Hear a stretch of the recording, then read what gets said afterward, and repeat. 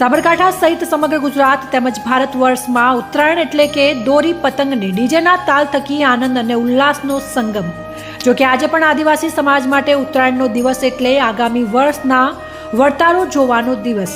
આજના દિવસે દેવચકલીને ઘી ગોળ તેમજ તલ ખવડાવી તેના આધારે આગામી વર્ષ કેવું રહેશે તે જોવાનું નક્કી કરાય છે। ઉત્તરાયણના દિવસથી આગામી ઉત્તરાયણ સુધીનું વર્ષ કેવું રહેશે તે આજના દિવસે આદિવાસી સમાજ નક્કી કરતો હોય છે। સાબરકાંઠાના ઈડરના આદિવાસી સમાજ દ્વારા ઉત્તરાયણ પર્વ નિમિત્તે મોટી સંખ્યામાં લોકો એકઠા થાય છે તેમજ સવારે ગામના યુવાનો એકઠા થાય છે। તેઓ દેવચકલી નામના પક્ષીને પકડીને તેને ઘી ગોળ તેમજ તલ ખવડાવે છે, ત્યારબાદ તેને આકાશમાં મુક્ત કરે છે। સાથોસાથ સમગ્ર સમાજના લોકો દેવચકલી ઉડે છે તેની પાછળ ચાલે છે તેમજ દેવચકલી કયા ઝાડ ઉપર બેસે છે તેના આધારે આગામી વર્ષ કેવું રહેશે તે નક્કી કરાય છે। જો કે આ પરંપરા હજારો વર્ષથી ચાલી આવે છે તેમજ આજની તારીખે પણ યથાવત રહી છે।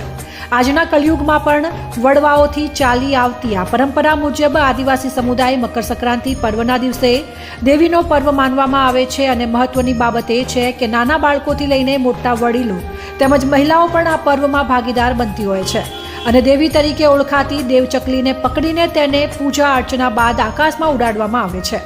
આજના કળયુગમાં પણ વડવાઓની પરંપરા યથાવત જોવા મળી રહી છે। આસપાસના એટલે કે સમાજના લોકો પણ આશ્ચર્યમાં મુકતા હોય છે। બ્યુરો રિપોર્ટ, ખબર વડાલી, સાબરકાંઠા। અમે સવારે વહેલા ઉઠ્યા હતા। ઉઠીને પછી અમે દેવનામ નાહી ધોઈને દેવનામની ચકલીને પકડવા ગયા। ત્યાર પછી પકડીને આવ્યા, ઢોલના વગાડતા વગાડતા એને ઘરે લઈને આવ્યા। ત્યાર પછી ચોઘડિયું જોવામાં આવે છે, તેની પૂજા કરી, ઘી ગોળ ખવડાવી, તલી ખવડાવીને તેની ચોઘડિયું જોવામાં આવે છે। જો તે લીલા ઝાડ ઉપર બેસે તો વરસનું ચોઘડિયું સારું જશે, સારો વરસાદ આવશે અને સારી રીતે ખેતી બધી ઉજવણી પાક પકવવામાં આવશે। અને જો તે સૂકા ઝાડ ઉપર બેસે તો વરસાદ નહીં આવે, વરસ સારું ના જાય, એવી રીતે બધું ઉજવવામાં આવે છે। ત્યાર પછી તેને ઢોલ નગારા વગાડીને તેની પૂજા કરીએ છીએ, તેને ઘી ગોળ ખવડાવીએ છીએ, બધા નાચગાન કરો છો, ઉત્સવો ઉજવીએ છીએ। જેથી આ પરંપરા અમારા દાદાઓ પુરાના વર્ષોથી ચલાવતા આવ્યા છે। તેથી અમારા પપ્પાઓ પણ આ વર્ષેથી આ ઉજવણી કરી રહ્યા છે। તેથી અમને બધાને સારું આનંદ થાય છે। તે બધા ભાઈઓ, મમ્મીઓ, બહેનો અને ભાઈઓ, દાદા દાદીઓ બધા મળીને આ નાચગાનમાં બધા ભાગ લઈએ છીએ, ઉત્સવ ઉજવીએ છીએ અને નાચીએ છીએ। આથી અમને ખબર પડે છે કે આ પરંપરા કરવી એ સારી છે, આનાથી ચોઘડિયું સારું જોઈ શકાય છે। અમારી જે આદિવાસીની પૂરા સાંસ્કૃતિક છે કે એને પરંપરાને સાચવી રાખવી અને તેમને બધાનો ઉત્સાહ મેળવવો અને નાચગાન કરવું, પછી બધાને પ્રસાદી આપવી, જેના રીતે ઘી ગોળ ખાઈને બધાનું મોં મીઠું થાય અને બધાને સમૂહમાં ગામમાં ઉજવીએ। અને મકર સંક્રાંતિના ઉત્સવથી અમે અત્યારે પતંગ ચગાવીશું અને આવી રીતે આ બધો તહેવારનો ઉત્સવ ઉજવીશું।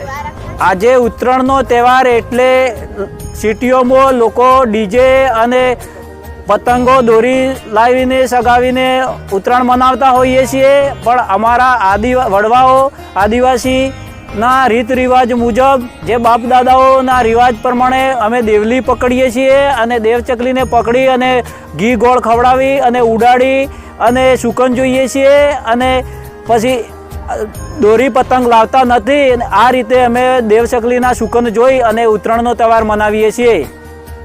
ના દિવસે અમારા સૌ આદિવાસી ભાઈ બહેનો ભેગા મળી અને દેવચકલી દોડીને પકડી લાવે છે। પકડી લાવી અને એ દેવચકલીને ઘી ગોળ ખવડાવી, તલ ખવડાવી અને એને ઉડાડવામાં આવે છે। અને ત્યારે ઉડાડી અને એ નક્કી કરવામાં આવે કે જો હુક્કા ઝાડ ઉપર બેસે તો વરસ મંદું આવે છે અને જ્યારે લીલા ઝાડ ઉપર બેસે ત્યારે વરસ સારું આવે છે। એટલે આ વર્ષે દેવચકલી લીલા ઝાડ ઉપર બેઠી છે એટલે વરસ સારું આવશે, એના અમને પૂરેપૂરો વિશ્વાસ છે। અને ત્યારબાદ 12 વાગે બધા જ આદિવાસી ભાઈ બહેનો ભેગા મળી અને દોટ રમે છે। દોટ રમી અને 5:30 વાગ્યા લગન એ પોતાના ઘેરથી ઠોઠા લઈ આવી અને સૌ એનો ઉજવે છે।